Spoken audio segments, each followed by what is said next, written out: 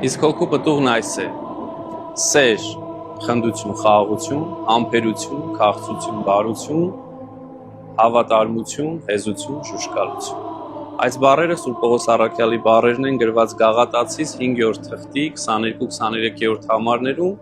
որոնք շատ կարևոր են քրիստոնյայի համար, որ գիտակցի, որ Սուրբ Հոգին հենց այնպես չէ, որ բնակվում է մարդու մեջ ու մարդուն դարձրել է իր տաճարը, այս Սուրբ Հոգին մեր մեջ է բնակվում նախ եւ առաջ, որպեսզի մեր մեջ աշխատելով պտուղ տա, այսինքն արդյունք տա։ Շատ հաճախ Սուրբ Հոգուն մենք իբրև ուժ ենք ճանաչում, իբրև վերացական ուժ, մինչդեռ իրական քրիստոնյան, ուղղափառ քրիստոնյան Սուրբ Հոգուն նախ եւ առաջ ճանաչում է իբրև անձ, հոր եւ որդու նման, եւ անձը Սուրբ Հոգին ինքնին մեր մեջ աշխատելով մեզանից պտուղ է ակնկալում եւ արդյունք է տալիս։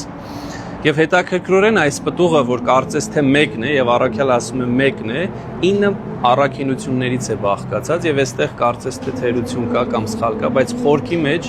ոչ մի թերություն ու սխալ էլ չկա, ինչպես եկեղեցու սուրբ հայրերն են ասում, մեկ լինելով բաղկացած է 9 մասերից։ Եվ եթե այդ 9 մասերն էլ ներկա չեն, ուրեմն բնականաբար պտուղն ամբողջական չէ եւ քրիստոնյան այնպես պիտի անի, որ այս 9 մասերն էլ իրար հետ ամբողջություն դառնան։ Մենք Աստծո կամոք հաջորդաբար պիտի այս 9 մասերի մասին խոսենք։ Հիշեցնեմ, առաքյալն ասում է հոգու պտուղն այս է՝ սեր, խնդություն, խաղաղություն, համբերություն, քաղցրություն, բարություն, հավատարմություն, հեզություն, ժուժկալություն։ Թող Տերը մեզ օգնի, որ իր ակնկալած ժամին իր պտուղը տանք։ Ամեն։